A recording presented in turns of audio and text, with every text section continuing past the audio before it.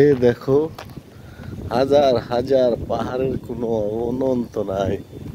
এত পাহাড় সৌদি আরবে মদিনায়, পাহাড়ের কোনো অভাব নাই। এই হলো আমার সংসার, এই সংসারেই থাকি, এই সংসারেই থাকি। এই যে আমাদের বাজেয়াপ্ত গাড়িগুলো সব এখানে গ্যারেজে পড়ে আছে, এগুলো বাতিল।